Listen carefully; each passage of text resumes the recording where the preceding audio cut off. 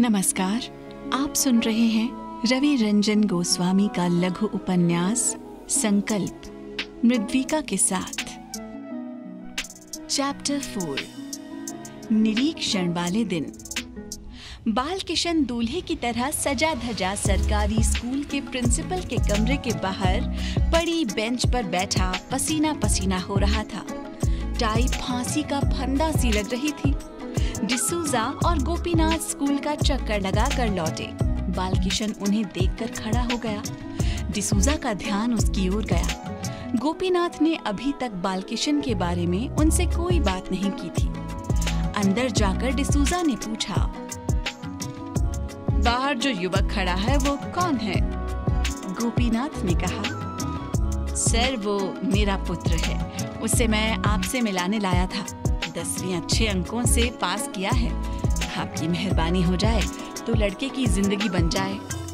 डिसूजा ने कहा, मैं क्या कर सकता हूँ? गोपीनाथ ने कहा, स्कूल में एक प्राथमिक शिक्षक का स्थान रिक्त है। आप इसका इंटरव्यू ले लें और तत्काल प्रभाव से अस्थायी नौकरी पर इसे रख दें। ऐसा आप कर सकते हैं, बाद में उसे स्थायी कर सकते हैं। डिसूजा ने कहा, प्रिंसिपल की हैसियत से आवश्यक होने पर 1-2 लोगों को तो आप भी अस्थायी नौकरी पर रख सकते हो।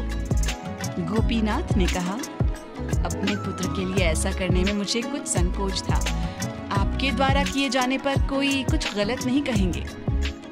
डिसूजा प्रधानाचार्य की कुर्सी पर बैठे थे, गोपीनाथ उनके सामने। गोपीनाथ ने डिसूजा का इशारा पाकर स्वयं बाहर जाकर बालकिशन को अंदर भेज दिया। डिसूजा ने बालकिशन को अतिरिक्त काबिल पाया। वो पीटी शिक्षक की तरह भी काम पर लग सकता था। उन्होंने बालकिशन को बाहर भेज दिया। गोपीनाथ को अंदर बुला लिया और कहा, बालकिशन का नियुक्ति पत्र टाइप कराकर मेरे दस्तखत ले लें, उसके बाद मैं चला जाऊंगा। गोपीनाथ ने ऑफिस स्टाफ को आदेश दिया।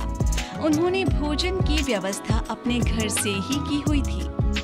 गोपीनाथ ने स्वयं डिब्बों से निकालकर थालियों में भोजन परोसा।